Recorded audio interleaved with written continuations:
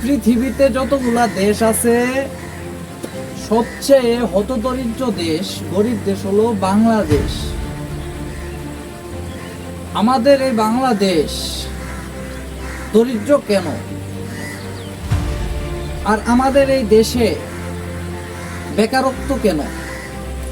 একবার কি আপনারা ভেবে দেখেছেন? দেখেননি, কারণ আপনি ভালো আছেন, আর কিছু দেখার প্রয়োজন নাই।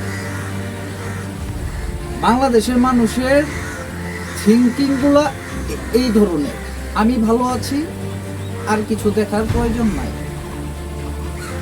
যে দিক দিয়ে যেটা হইতেছে হইতে দাও, আমি তো ভালো আছি। এটা হলো আমাদের বাংলাদেশ।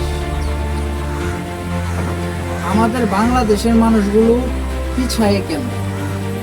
অন্যান্য দেশের যে নাগরিকগুলো আছে ওদের চেয়ে আমাদের দেশের নাগরিক কেন পিছায়? আমাদের দেশে এত বেকারত্ব কেন? আমাদের দেশে বেকারত্বর কারণ হলো লেখাপড়া, লেখাপড়ার পিছনে ছোটা। আমরা বিশেষ করে সবাই চিন্তা ভাবনা করি এমএ পাস করব, বিএ পাস করব, ডিগ্রি পাস করব, করার পর একটা চাকরি বাকরি করব। এই কথাগুলো হলো যে মিডিল ক্লাস আর হলো লাস্ট বেঞ্চের স্টুডেন্টদের জন্য। আপনারা তো লেখাপড়া করার প্রয়োজন নাই, আপনি ছাত্র দুর্বল ভাই, আপনি বিএ পাস করে লাভ কি, এমএ পাস করে লাভ কি? ভালো চাকরি, ভালো পোস্ট আপনি পাবেন না। এটা নিজের চিন্তা ভাবনাকে বুঝাইতে হবে, চিন্তা ভাবনা চেঞ্জ করতে হবে।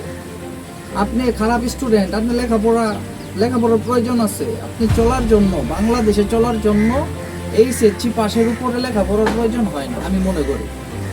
আপনি ইন্টারমিডিয়েট পাস করলে নিজে এই বাংলাদেশের সকল জায়গায় যাইয়ে স্যাটিসফাই আপনি নিজের কাছে, আপনি সকল জায়গায় চলতে পারবেন ধারাবাহিকতা বজায় রেখে। আর ইন্টারমিডিয়েট পাস করার পরে যে সময়গুলো নষ্ট করবেন লেখাপড়া করতে যাবেন মিডল ক্লাস ছাত্র হয়ে, সেগুলো আপনার লাইফ থেকে সময়গুলো অপচয় হচ্ছে। এর জন্য আপনি পিছিয়ে যাচ্ছেন। আপনি ডিগ্রি পাস করতে 4 বছর সময় লাগবে। 4 বছরে যদি আপনি একটা ব্যবসা করেন, কম করে হলে 4 লাখ টাকা ইনকাম করবেন, লাভ হবে। আমি এখনো দেখি অনেক ইউনিভার্সিটির স্টুডেন্টগুলো হলো রাস্তায় হলো শসা বিক্রি করতেছে, তারপর বাদাম বিক্রি করতেছে। এই কাজটা যদি আপনি ইন্টারমিডিয়েট পাস করার পরে করতেন, যে বিএ পাস করে যেহেতু আপনি রিক্সা চালাইতেছেন, বাদাম বিক্রি করতেছেন, মাস্টার্স কমপ্লিট করে লাভ কি? এইটা আপনি ইন্টার পাস করার পরে যদি করতেন, আপনি কত টাকার মালিক থাকতেন? চিন্তা ভাবনাগুলো চেঞ্জ করতে হবে। আমাদের বাংলাদেশে 100% লোকের ভিতরে 70% লোক হলো বেসরকারি ব্যবসা এবং বেকারত্ব নাগরিক আছে, 30% হলো সরকারি চাকরিজীবী আছে। এখন এই 70% লোক, 30% সরকারি লোক যে চাকরিজীবীগুলো যে আছে, আমি মনে করি এদের চেয়ে ওই 70% লোক ভালো আছে। কিভাবে ভালো আছে? আপনি সরকারি চাকরি করতেছেন, আপনার বেতন কত? 20, 50, হাইস্ট 1 লাখ। আর আপনি যদি একটা ব্যবসা করেন,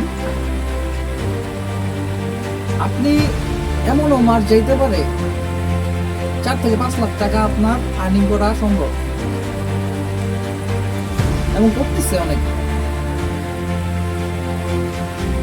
আমাদের দেশে যারা দেখবেন, আপনি আশপাশে খোঁজ নিয়ে দেখবেন, আমাদের দেশে যারা উচ্চ পদে প্রতিষ্ঠিত হয়েছে, তারা বেশি শিক্ষার লাভ অর্জন করে না, তারা নিজের কর্মদক্ষতায় তারা উপরে উঠছে।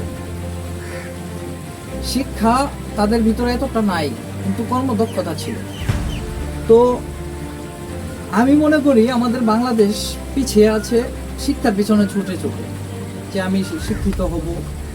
শিক্ষা দিয়ে কি লাভ? যদি আপনি মাস্টার্স কমপ্লিট করে রিক্সা চালান, ওর চেয়ে আপনি ইন্টার পাস করে আপনি একটা ব্যবসা করেন, শশা বিক্রি করেন। আপনি গরমিল যোগ করে দেখেন, আপনি লাভবান হচ্ছেন, লস নাই। প্রত্যেকটা মানুষের শিক্ষা লাভের প্রয়োজন আছে, আবার বেশি শিক্ষা লাভের প্রয়োজন হবে। আপনি এসএসসি পাস থেকে শুরু করুন।